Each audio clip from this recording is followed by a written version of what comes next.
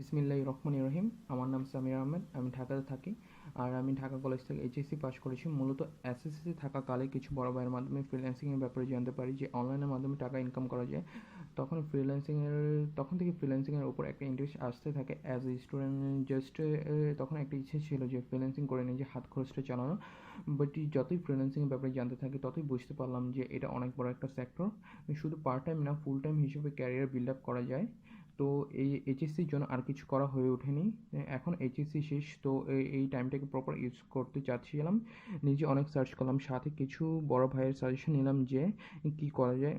সব শেষে একটা সিদ্ধান্তে আসলাম যে ওয়ার্ডপ্রেস দিয়ে শুরু করতে পারি, কারণ এখানে জব ভ্যালু বেশি, প্লাস মার্কেট ভ্যালুও বেশি। আর সেই সাথে এক বড় ভাই সাজেস্ট করলো যে ও যেহেতু ওয়ার্ডপ্রেস দিয়ে শুরু করবি তো কোডম্যানবিডি থেকে করতে পারিস। তারা অনলাইন থেকে সাপোর্ট, কন্টেন্ট প্লাস ভ্যালুর বেশ ভালো দিয়ে থাকে।